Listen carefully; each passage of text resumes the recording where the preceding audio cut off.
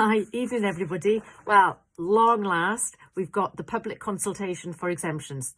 It came out today, it is launched today, and it's been a frenzy on social media. It's been amazing. So thank you for everybody that's sharing it, because that's what we need now. Now, exemptions, for those of you that are unaware of it, is a mechanism by which dental hygienists and dental therapists will be able to supply and administer named POMs for dentistry. So we don't need, or we won't need, a prescription then, hopefully, for local anaesthetic, high fluoride treatments, things like that. So any prescription only medicines that are named, we're not going to want carte blanche. There are certain ones that will make our life easier, patients' life easier, and dentist lives easier as well, because we'll be able to just get on with the job that we are trained to do. So we need now the support of everybody. So we want dental colleagues, friends, family, patients, get it on your websites in work, so that everybody, as many people as possible, will complete this and will support it, because when it then completes, it goes to for ministerial discussion.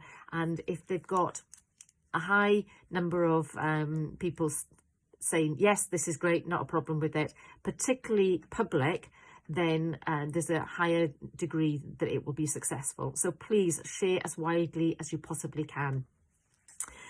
On Sunday, Diane and I were on a call with the International Oral Health Association. There were 8 of us on there. So we had Malaysia, Indonesia, New Zealand, Singapore and UK. The president is Arish Naresh, and we all gave a country update. And to be honest, they were all very, very similar. We're all facing the same problems. So around the world, it is exactly the same. Updates, what they would like to do is they would like to look at competencies and scope of practices. So we've sent over our scope of practice and how we do it in the UK, and they're looking at hopefully trying to do something like that for the those kind of countries as well.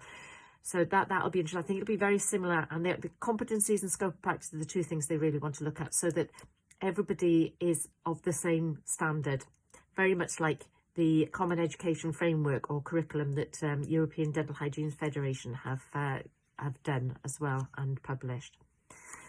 Oral Health Conference coming up soon. The programme's out. BSDHT members will have received their email today. So look at the programme, get yourself registered. We've already got about 100 people registered, which is fantastic. Members, it's £30, non-members 40. There's a team ticket for 64, and then there's a student ticket for £10. Now remember, this is 8 hours CPD, and if you can't access it on the day or the night, then you've got about 8 weeks to be able to click in and look at it, look at the presentation. So fantastic programme. And from fantastic value as well. Brilliant. This weekend we've got AGMs from Northwest, and with Tim Ives as well speaking. On Tuesday the 20th, Scottish Regional Group have got their AGM at 8 p.m. So Diane and I will be logging into that. So we'll be seeing everybody and saying hello. Today had the CDO's workshop. Now, obviously, there's lots of talk of lockdowns, of local lockdowns. Northern Ireland, you've got restrictions coming in there. And the CDO was adamant that she would not want to see anything change, even if we had lockdowns. We know the PPE works. We know what we're doing with AGPs and non-AGPs and screening. So nothing will change. On that point, we also had an email from Michael Donaldson as well to say that that's exactly the same approach that Northern Ireland will be taking. All right, so nothing will change there on the dental front. Scotland obviously going back to normal working conditions on the 1st of November. So we'll see what happens there with dental hygiene and dental therapy provisions. But, from a dental perspective, it's looking good in the fact that, nobody is looking to close us down again.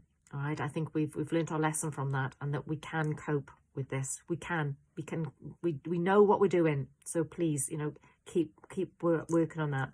Some of the other things that was discussed in the CDO's meeting was track and trace, rapid testing, because obviously it would be so much easier if we knew that our patient was low risk. So that's something that they are looking at, and whether that is something that we can work with. The other thing, obviously, ventilation, big thing at the moment, and that if you've got ventilation, then there's a higher chance that you can bring down. Now, she doesn't want fallow time anymore. It was after AGP downtime. She wants to get rid of fallow time. So ventilation is very important, but it was brought up the fact that if this is something that they're going to really be bringing in, then financially something needs to be done to help practices do that. Looked at some practices that are refusing to see patients, and so she's going to be looking into that. And it was definitely mentioned about team working together.